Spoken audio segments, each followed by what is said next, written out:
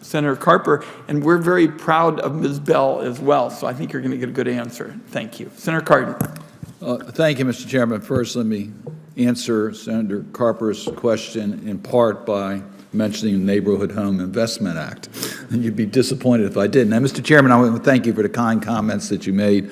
I was not in the committee room at the time because the Senate Foreign Relations Committee is holding a hearing on food insecurity. So we not only have housing insecurity, we have food insecurity around the world, but also here in the United States. So I want to thank you very much for holding this hearing.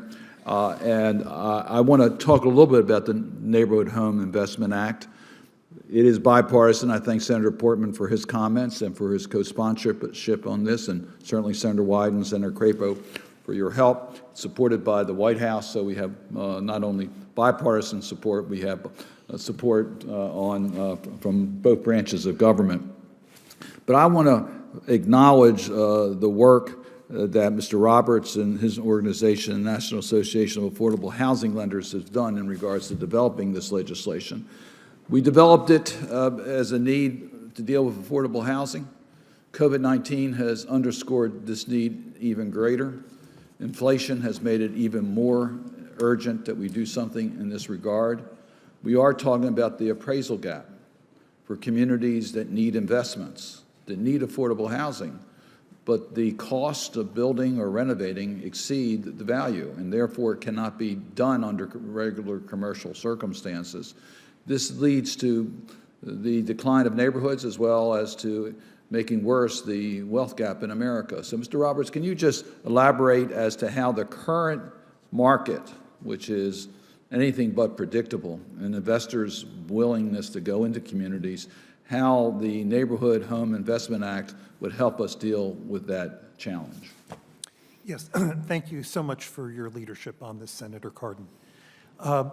Neighborhood homes would provide states with an allocated amount of tax credits. They would set their own strategies and priorities and run a competition among applicants to deploy those credits. Once an applicant wins an award, they would go and raise private capital and build or rehabilitate homes in distressed communities.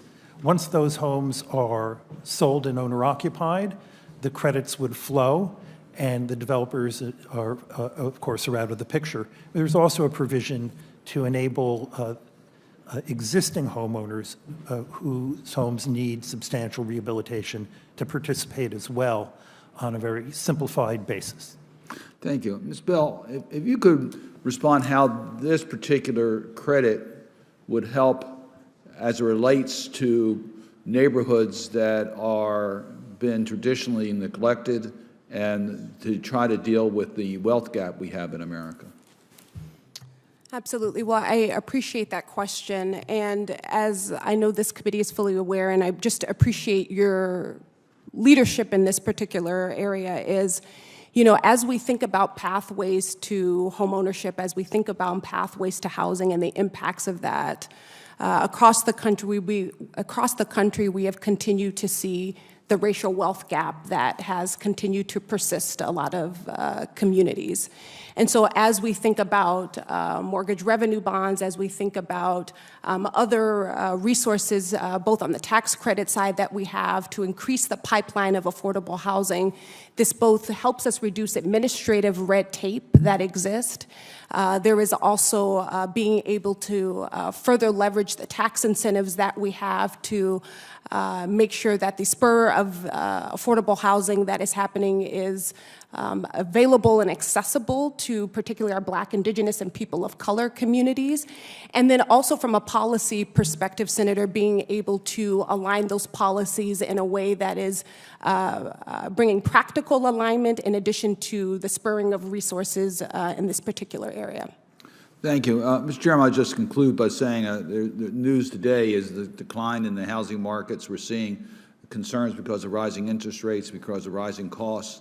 So the urgency of dealing with these issues is even greater today than it was when these bills were first introduced. Thank you very much for holding this hearing. Thank you, Senator Cardin, and thank you for your years of good work on these kinds of issues, and look forward to partnering with you in the days ahead.